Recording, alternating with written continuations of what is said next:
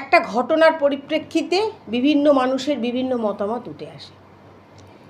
একটা শ্রেণীর মানুষের মনের মধ্যে একটা মতামত, আর একটা শ্রেণীর মানুষের মনের মধ্যে একটা মতামত। পোশাক নিয়ে মতামত। মেয়েরা যেহেতু ছোট ছোট পোশাক পরছে, সেই জন্য ছেলেদেরকে উদ্বুদ্ধ করছে, ছেলেরা এই কাজ করছে।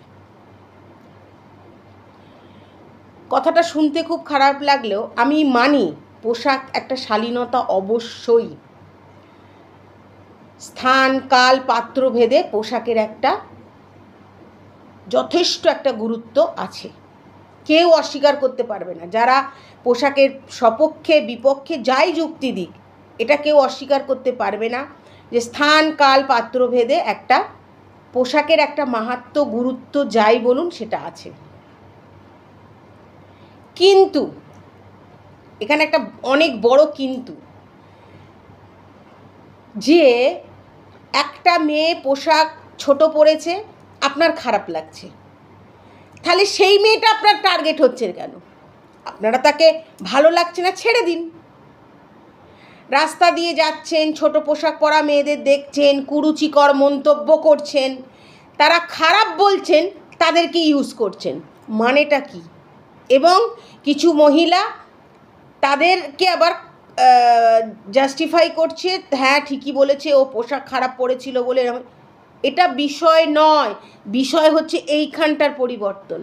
আমি একটি মেয়েকে ধরে নিলাম, সে ক্লিভেজ দেখাচ্ছে, তার স্তন বড়, তার দাবনা দেখা যাচ্ছে, সে শর্ট প্যান্ট পরেছে, সে খারাপ।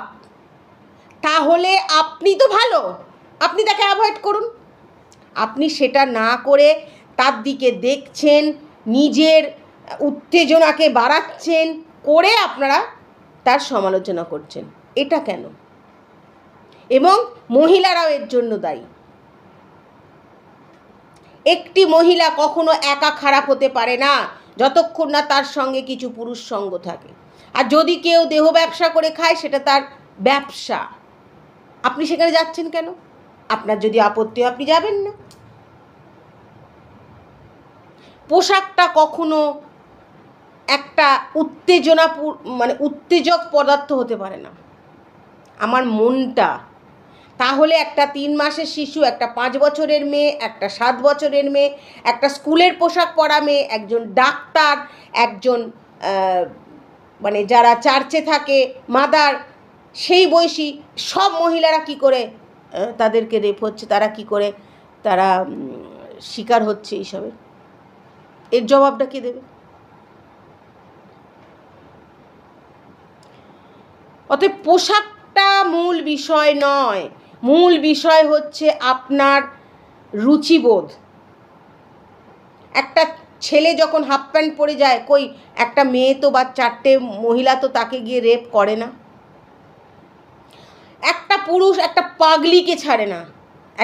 আমার এরম জানাও ঘটনা আছে যে একটা পাগলি প্রেগনেন্ট হয়ে গেছে, কিন্তু আমরা কোনোদিন কোনো পাগলকে দেখে আমার মনে হয় না যে তার সঙ্গে আমাদের শারীরিক সম্পর্ক গড়তে আমরা ইচ্ছুক হয়ে পড়ি।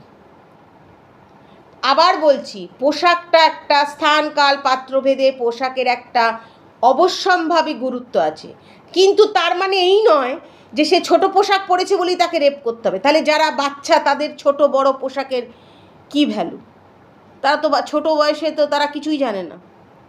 অর্থাৎ মানসিকতা।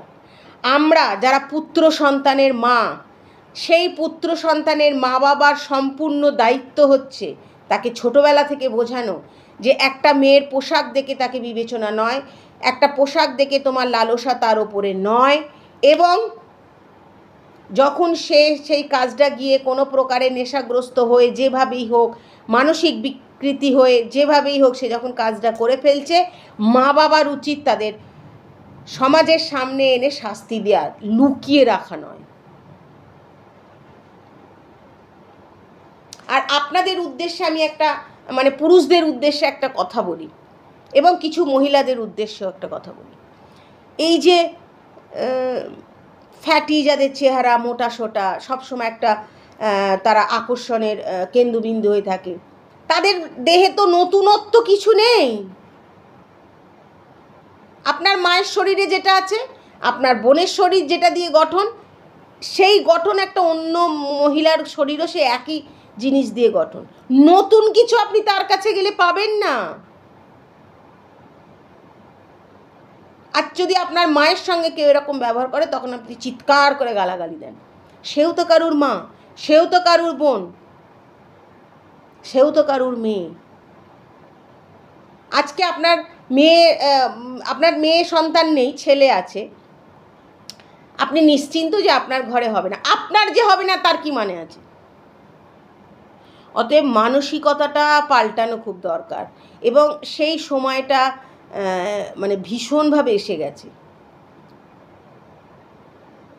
অবশ্যই প্রতিবাদ হবে প্রতিবাদের জায়গায়, কিন্তু মানসিকভাবে যারা বিকারগ্রস্ত, আমরা সমাজের প্রত্যেক স্তরের প্রত্যেকটি প্রাণী, আমরা কিন্তু এর যেমন আমরা গড়তেও পারি, তেমন আমরা নষ্টও করতে পারি। এই পোশাক নিয়ে যে চিৎকার চেঁচামেচি চলে, পোশাকটা কিন্তু ভ্যারি করে না। অনেকের খারাপ লাগবে, বাট যেটা সত্যি সেটা সত্যি।